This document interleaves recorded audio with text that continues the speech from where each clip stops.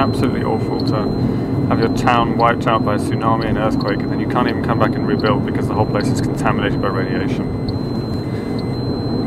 Even if it's not massively contaminated, it's contaminated enough that it scares the shit out of you, and I think that's, you know, nobody can look you in the eye and say you shouldn't be worried.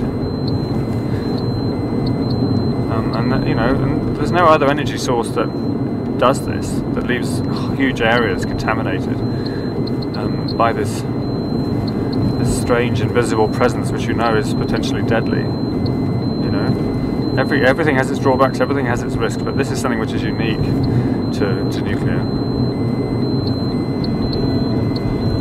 I guess I can understand why people are scared of nuclear power more. You know, it's kind of eerie. So I would say I'm having a wobble. I can see why we'd want to do without nuclear power. I really can.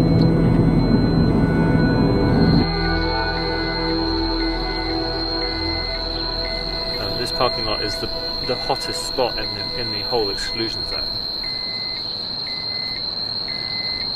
This place got some serious fallout, I think. So you still pro-nuclear? Am I still pro-nuclear? Ask me in a few days when I've had a chance to get my head around it, right? Are you still pro-nuclear?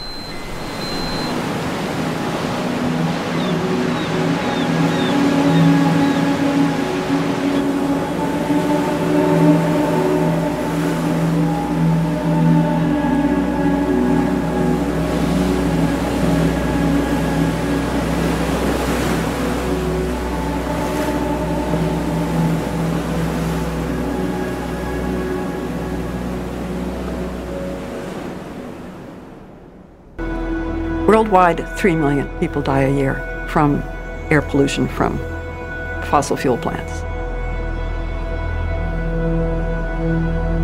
One of the big surprises for me when I started looking into the mortality data, the death rates associated with each energy technology per amount of energy they make, is that nuclear is the second safest after wind. And in fact, to add to the irony of it, nuclear power is even safer than solar panels. Making solar panels is an incredibly toxic process.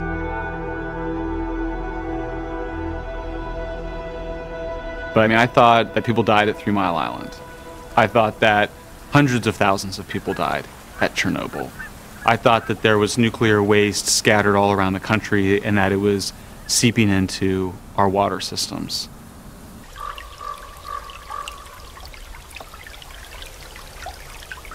It's true to say that we're all bathed in natural radioactivity. It's affecting all of us all the time. It comes from the rocks and the air and even from space.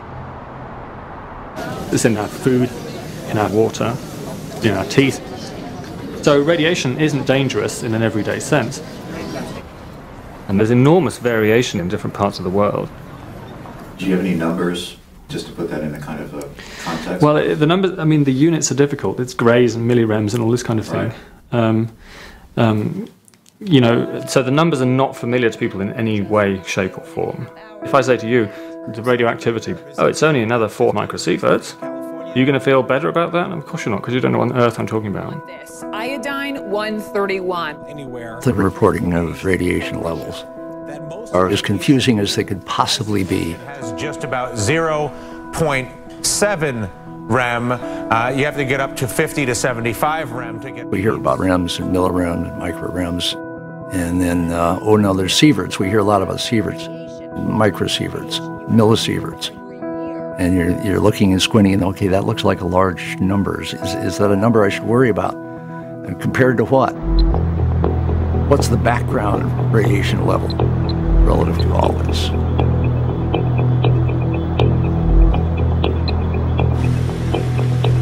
I didn't even know there was such a thing as natural background radiation, actually. I'd assumed that radiation was something which humans had artificially introduced into the environment, which was doing us harm. There's background radioactivity affecting all of us all the time, which is many, many times more powerful than artificial radioactivity in terms of how we're affected. So zero tolerance of radiation doesn't make any sense.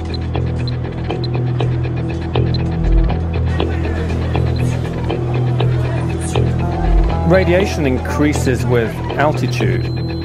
So people who live at high altitude get a higher dose than people who live in low-lying areas.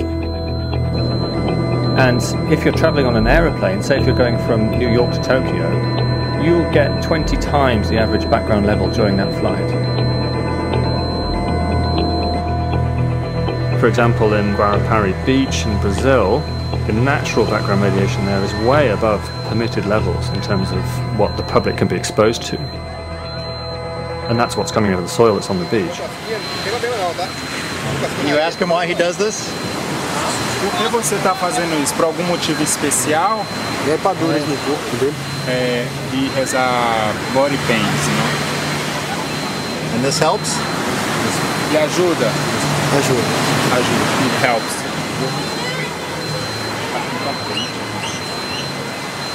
And what's really striking is that there's no correlation between levels of background radioactivity, which vary by such enormous amounts, and higher levels of cancer. Cancer is something which is the greatest fear of most people in rich countries, because it kills 20% of people anyway. We all know people who've died of cancer. And so this idea that radioactivity is a cause of cancer is probably the #1 reason why people are scared of it.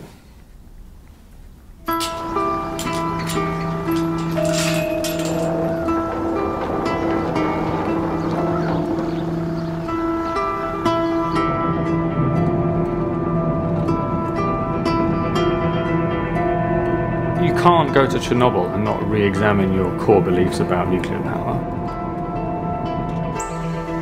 I mean, you would have to be really thick-headed and not to look at that and look at the damage that was done and say, all right, when it goes wrong, you know, we know that we do everything we can to make it go right, but when it goes wrong, it can go really very wrong indeed.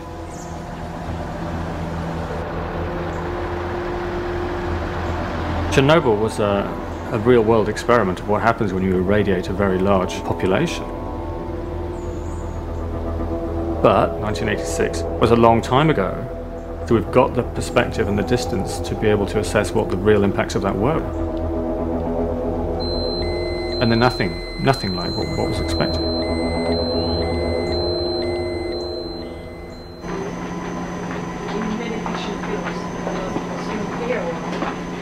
The reactor that exploded in Chernobyl in April 1986 was actually reactor number 4 of a whole set of them.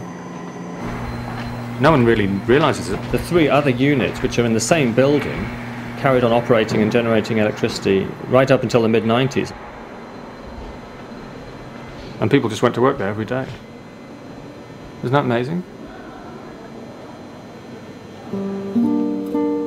Outside of the old Soviet Union, we didn't use the reactor design that Chernobyl had. Among other things, the Chernobyl reactor had no containment building. It was in virtually a Quonset hut. So when there was a fire and an explosion, there was nothing to contain it.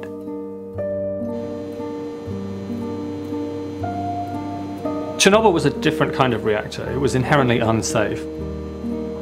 It was primarily designed to make plutonium for bombs. No Chernobyl-style reactors were ever built in the West. But if you could then point to other nuclear power stations and say each of those could be a Chernobyl, then you've got a pretty powerful argument against nuclear power.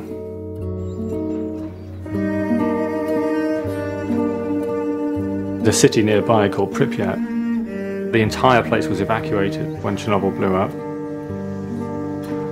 It's just fascinating to see some place which is frozen in time at the very end of the era of the Soviet Union. It's an extraordinary place. I really can't even describe it. It's a bit like the Fukushima thing in the sense that you're tramping around on this debris of broken glass and broken everything, and it's almost as if the explosion at Chernobyl had somehow caused this. But of course it didn't, it's just the decay of time and things have been broken.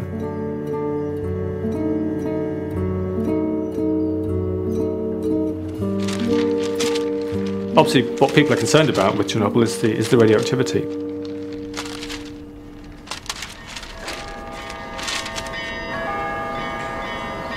I never knew until I went to Chernobyl that there were places full of people who've just decided to ignore the restrictions and just move back to their houses.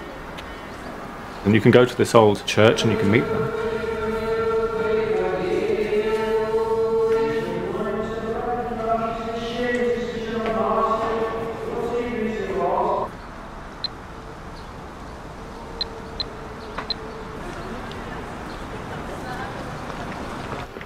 Let's ask him when and why did he decide to come back, and how many people came with him. А когда именно вы решили переселиться назад, и сколько людей приехали с вами? Как люди возвращались, как вы вернулись? Конечно же, мы с Чернобыля, с нашего Чернобыля родного, что тут у нас действительно, мы веками, наши, как говорится, и предки жили в этом Чернобыле. Мы, конечно, никто не хотел сюда уезжать. Весной уже начали приезжать. Конечно, никто нас здесь не пускал. Мы приезжали лесом, приходили тропками всякими. По одному, по два, по три человека приходили в свои дома и заселялись. Вот смотрите, прошло 25 лет, я 25 лет тут в Чернобыле нахожусь. Видите, я здоров, жив-здоров. И вот и люди, которые вот вернулись, никто с этих людей не умер от рака, от каких-то других заболеваний, которые здесь живут.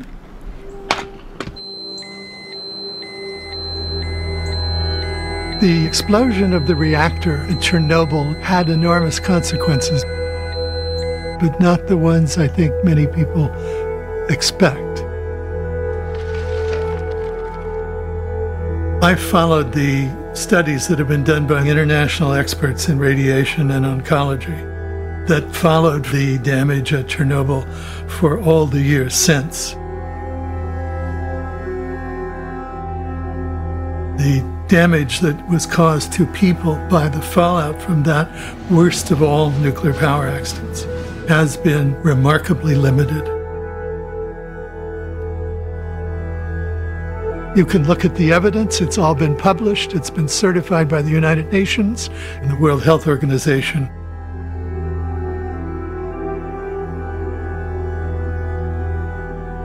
What's so striking is just to go read the original World Health Organization documents and read the public health reports. Was that a shock to you? It was a complete shock to me. I mean, there was a period where I'm reading all the Chernobyl stuff and I kind of am not believing it because it was so out of sync with what I had come to believe. Literally hundreds of thousands of people were involved in the clear-up operation. They're known as liquidators, and they got some really significant doses of radiation. Their doses are known and their health has been studied ever since.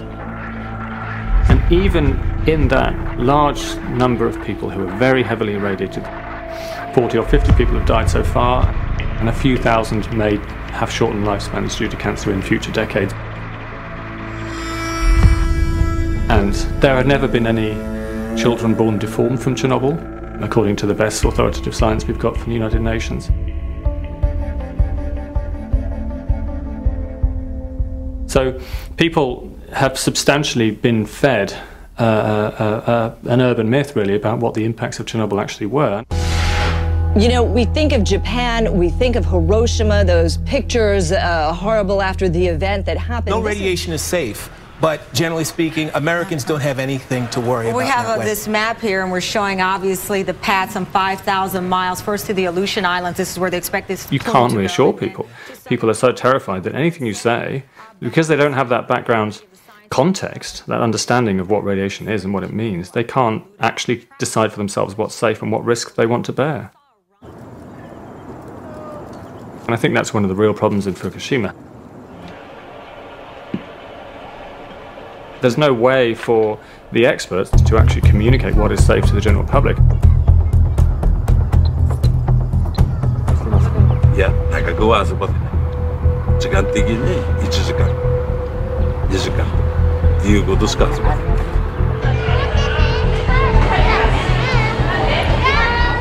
If you were exposed to the fallout from Fukushima, according to the World Health Organization, the UN generally, The increased risk of getting cancer is estimated to be so infinitesimally small, given the large population, that you will never be able to identify this impact epidemiologically.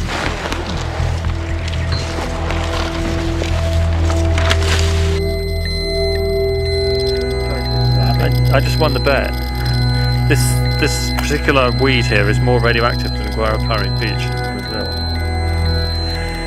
So we got, what did we get, 44?